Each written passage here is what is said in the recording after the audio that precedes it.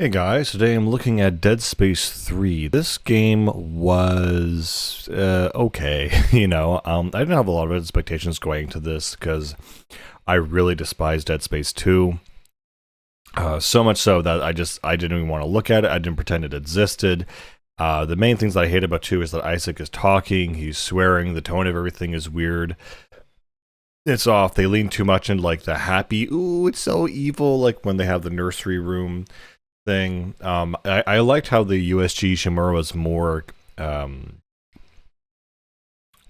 similar in its design. It had a similar, it had one design throughout the whole ship, so you always got variations, slight variations of that, while in the second one they just went really hard into certain aesthetics or areas. I really like the whole zero-G thing, but yeah, no, I really just hated Dead Space 2 so much that I wanted to delete it from my mind, and I was like, well, EA did this, so I'm obviously not going to like 3. So 3 was kind of a long journey, simply because my brother wanted to play this with me and do, a co-op campaign through it. And so finally sitting down, I had to have my own Xbox, his own Xbox, in my room, his room. It really, there is no replacement for couch co-op. It is one of the best experiences I've ever had, but, and so trying to do this even the same, area, was not quite the same. But I'm glad we at least did it, since it was this idea we've had for so long, and now that we've actually done it, it's like, oh, we don't think about it anymore. But yeah, Dead Space 3, this one is kind of interesting because, at least in most horror games, you understand you have to actually scare the player first before you intimidate the player, saying, hey, you don't have a lot of ammo, you don't have a lot of resources. These things are actually genuinely not just they don't look scary, but they are scary in the fact that they're killing you in the game and that they're challenging you. In the context of Dead Space 3, and then after that, sorry, you go into kind of the action mode in the second half of the game, where it's like, okay, you've conquered your fear, and now you're just going to kill this thing as hard as you can. And what occurs is that in Dead Space 3, they just skip the whole fear part. Like, I heard things like, oh, Dead Space 3 is actually, the least scary thing, and I brought up that Mega 64 video, which I absolutely love, about more flashlights. And hey, you have someone else to worry about. That's pretty scary. So the whole experience was pretty much just an action game. It really is just an action game and does not even bother to try to scare you. Even jump scares, I feel like, are not really there. Also, because another person is with you, because we play co-op together, the feeling I got from it is that I could really not care about certain things. For example, I always went to the objective while he went to sort of scavenging, cleaning up extra ammunition in the environment, fighting certain things. These things are horrifying. The necromorphs have arms and things coming out of their arms and legs and attacking you and whatever. But because from the sheer fact that you have someone else with you to help you, and it's mostly based on just shooting them rather than scaring you, you really don't feel scared at all. If anything, you just get a headache from all the super loud noises, the tension, or lack of tension, I guess. It's the screaming, the noises, and in the original, that kind of total quiet interrupted by super loud noises along with the OST were a really great way of building up tension, because you don't know where the next thing is going to come from. But in this context, it really doesn't matter, and the game tells you, like, we really don't care. And just to encapsulate this game perfectly is that there is only one ammo type for all weapons. So it's like you are just loaded up with so many resources, so much health, so much stasis modules, so much ammo, that as soon as I lose 1 bar of health, I'm just immediately pressing B so I can use a health pack so I can open up my inventory for upgrades and stuff. It is pretty damn ridiculous with how easy and I wouldn't say unchallenging, but how streamlined the game is. And yeah, the whole survival aspect of the survival horror genre is completely gone because you no longer have a lack of resources. So it just becomes an arcade shooter, really. And it's actually apparently the longest Dead Space campaign, which I find, I guess, believable, but it felt like it went by so quickly because there's so many rooms where I just turn my brain off and I just go running, killing things. And on that point too, there's also a bunch of optional side missions, co-op missions, and those were just copy pasted segments of the map with just more stuff to kill in it and a bit of additional dialogue. They felt very, very lazy, very EA, very cut and pasted. Yeah, really, really not great. I really didn't enjoy it. Another thing too is I felt like even in the past games, even though I wasn't a super huge fan of them, they would have really weird, interesting ways to dismember Isaac Clarke or kill him or some horrific scenario.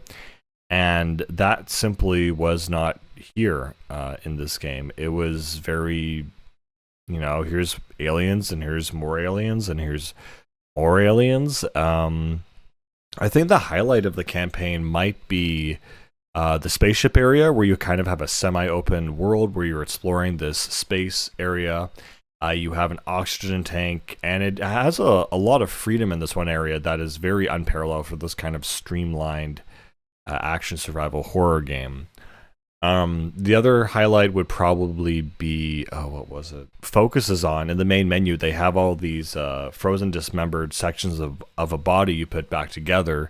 Turns out to be an alien, and that's kind of like what the whole menu is. It's all these dismembered like ice blocks full of body parts as you navigate the menus. So that's going to be the highlight. And sure enough, you have Ellie, who is reconstructing this alien, and that's just one of the last main mission things, and you do that so you can find out about the history of the markers. And they just completely, okay, I guess I have to talk the story now, but yeah, I don't really have words to describe how underwhelmingly stupid they made everything.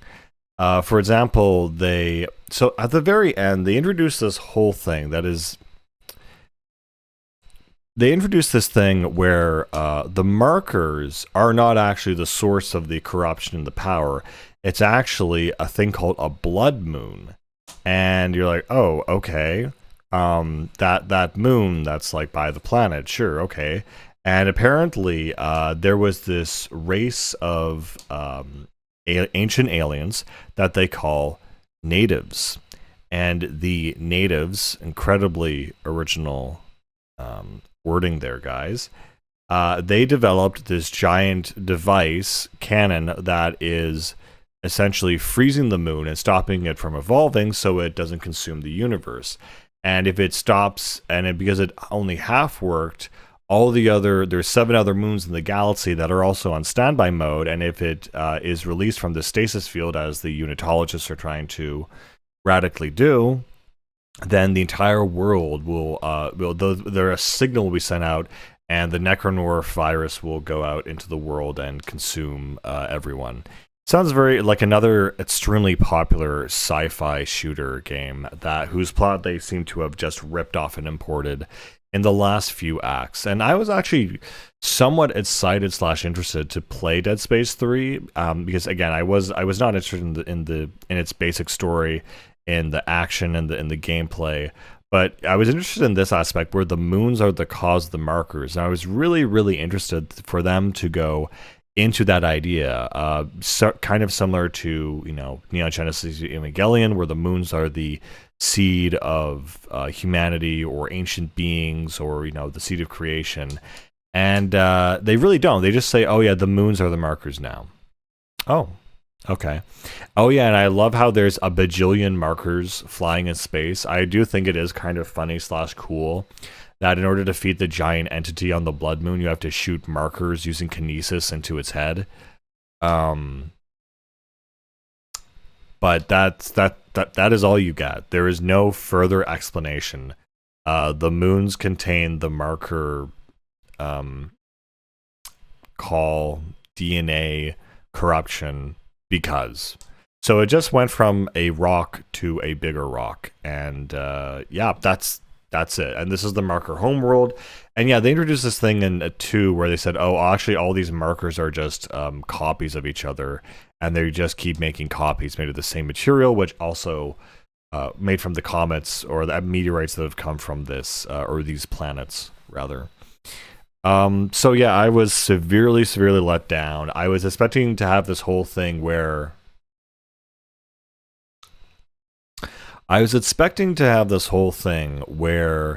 the moons themselves are, how would I say? Where the moons themselves are living entities, these Lovecraftian creatures that are roaming the galaxy, consuming civilizations. But you just don't get that. Like, there's a creature inside the marker, but it's like just a sort of semi-biotic creature, and they just drop this idea or this notion of a living moon and never really expand on it. So the amount of context of me telling you that there is these things called blood moons that are alive and consuming other planets by infecting them with the marker virus, me telling you that is as deep as the context is going to be when you play the game. There's no additional context or nuance or even design that takes place, which is incredibly boring and frustrating and simple, frankly. But yeah, that's pretty much the story. It really also doesn't add anything to the Dead Space lore besides that, or the Dead Space story. Isaac and Ellie almost get together. It ends on another cliffhanger where Isaac, destroys the moon, the source of all the markers. Ellie takes a shuttle to hyperspace in a very off-screen, rushed way. And Isaac himself is kind of left as this martyr who think they die, but it turns out at the end he has a signal on his suit, so he's still alive. He made it, despite everything. Oh yeah, and then Carver, that exists as a character. Carver, he's there. He exists. There's really nothing much to say about him. Apparently you have to play the co-op missions as him to only get his side of the story, where he had a wife and kid and they died, or he killed them, or someone else killed them. We don't know. I don't know. I wasn't playing as Carver, so I don't know. So he's kind of a... I mean, I can't say he's anything more than a one-dimensional character, because he has so few lines of dialogue, which mostly are about Isaac... Look, you're too focused on Ellie. We have a mission here to defeat this marker. You got to focus on the mission, and that's pretty much the whole thing. And it's like, and then at the end of the game, he's like, "Don't worry, we'll get through this together if we try." It's like, thanks. I know we've been doing that for quite a while. It just also occurred to me that in the original Dead Space, they had this whole thing where you could use kinesis to shoot the necromorph's spiky limbs back at them. I swear, absolutely no one did that. Absolutely no one used that mechanic. I just remembered that existed, and yeah, no one used that. The snowy environments are kind of cool. I will say, though, it is interesting how they do the cutscenes, because when you're playing alone versus... Well, at least this was in the opening. When you're playing alone, you have a character, and they're kind of just talking to the screen, and they have a bunch of pauses and whatnot. And when you're playing co-op, though, there's someone else giving dialogue, and it was a really cool thing. It made me think about this idea that if you were to do something like this game or Spec Ops: The Line, where you have characters that you're hallucinating, it'd be a really nifty way to interpret that based on the co-op gameplay. And you don't have to rewrite the whole script, because the character is just adding additional dialogue that's reinforcing or adding context to what you're saying. But if that you remove that character, it's filled with dramatic silence and pausing between segments. It's a bit difficult, I imagine, to write for, but when you see it in action, it's actually pretty cool and a really creative way to tell a story multiple ways. It definitely would be cool for multiple playthroughs, that's for sure.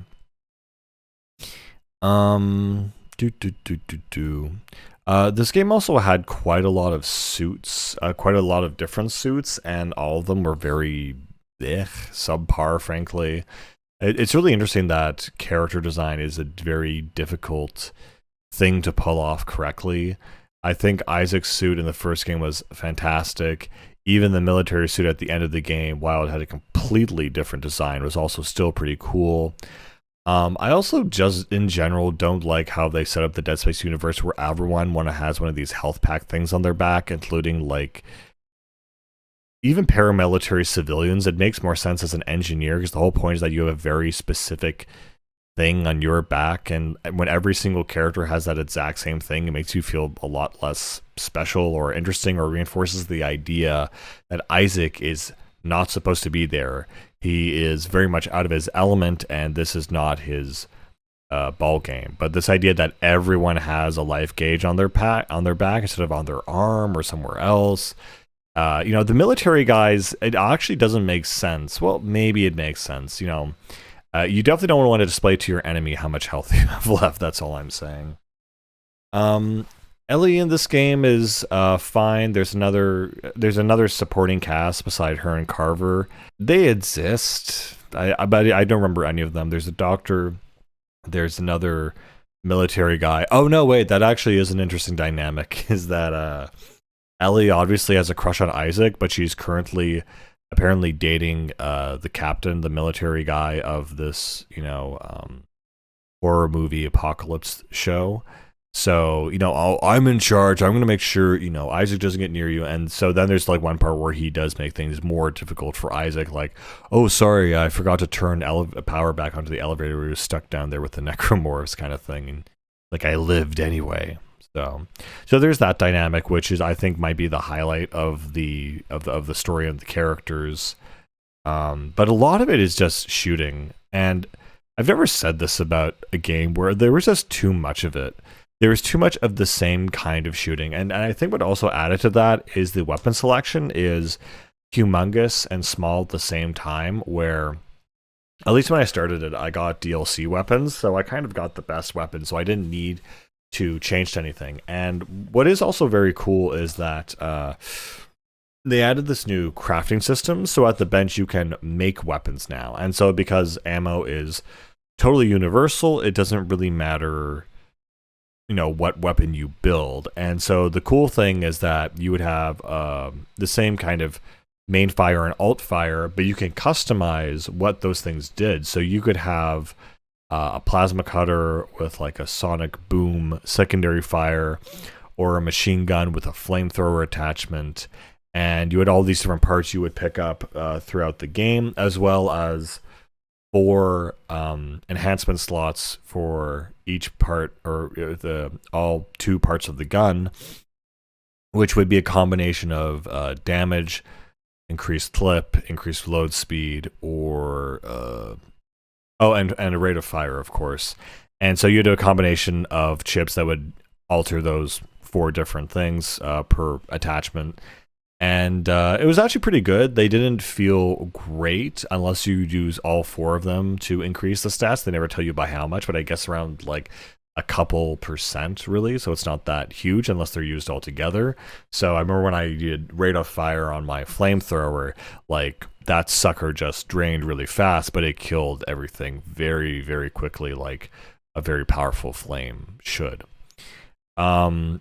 Again, I know, we were playing on easy, but I just felt things were just so generally very, very easy. And yeah, the suit designs were just not good. They were just very uninspired, kind of boring. I prefer 3 or 4 really well-designed suits rather than, honestly, 12 mid or subpar designed suits. So yeah, I mean, that's pretty much the game. You kind of run through environments, have dialogue, have some schizo moment, have sometimes a puzzle. I think it was funny they introduced more puzzles near the end of the game, and I was just thinking, come on, guys, what you're trying to judge us now? You're trying to challenge us intellectually at the end of this gigantic third-person shooter? And they were just things like match the symbols, really, not really huge. But yeah, they just, again, at the last chapter of the game, it felt like it could have almost been the beginning, because that's when things actually got kind of interesting. And as a jumping off point, like they introduced, hey, we have an ancient civilization that we don't have time to name, so we're just calling them the natives, and they found a way to stop the marker moons, and like all this really cool stuff. And that's just the last chapter, or last couple chapters of this 20 chapter game. While most of it is you and Carver escaping from necromorphs, screaming and saving people and dying and swearing, and yeah, really, really immemorable, or unmemorable, I suppose. Yeah, not fantastic. I really don't know what else to say about it, so I think I'll just kind of wrap this up. But yeah, Dead Space 3, I finally beat it. Definitely pretty much to my exact expectations. It was just a hollowed out shell of a game that's turned into an action shooter that has a very, very basic check mark on what a game should be and what it has to do. Oh, I would say the worst part of this game was waiting for my co-op partner, because you can't proceed through certain doors unless your partner is there, and it is super, super aggravating and annoying when they are at the weapons bench doing modifications for like 5 minutes and you're still there waiting to go to the next area. Hey, don't worry about it, bro. Yeah. So yeah, this is one of the last games I played on the 360. Well, actually, I was playing it on Xbox Series X. Doesn't matter. But yeah, that's kind of the last ones that I just kind of had in my library that I thought I just need to finish this. I just need to play this game because hey, it's there and I need to play it. And so I did. And so it was somewhat enjoyable. Yeah. So I definitely don't recommend this. I mean, honestly, in the canon, I think the game ends at Dead Space 1 original. I don't even like what they did with the remake, the remake I don't even want to talk about. They made the characters look like the voice actors, so they aged them by each at least 20 years and makes one guy ginger. I don't want to get into it. But yeah, Dead Space 1 original on Xbox 360, borrowing mechanics from Resident Evil 4, is an absolute masterpiece. It is absolutely one of the best games ever made, based on one of the best games ever made. And its sequels absolutely tanked. Even trying the Callisto Protocol to get more Dead Space fix, I really also did not like that. It focused a lot on melee combat, and I kind of enjoy the whole tone of, they're kind of defacing this guy in the name of science, and they just kind of, treat him as if he's a subject or something. But yeah, that game really blew. So again, what can I say? The first game is the best, and all these other games in EA cash-ins and crash grabs incorporated in spiritual successors and remakes don't hold up. But hey, the first one was so good, I think it deserves to have a failed franchise or something. And markers are cool. Necromorphs are cool. Anyway, guys, that's pretty much it. I'll see you later. Take care. Bye.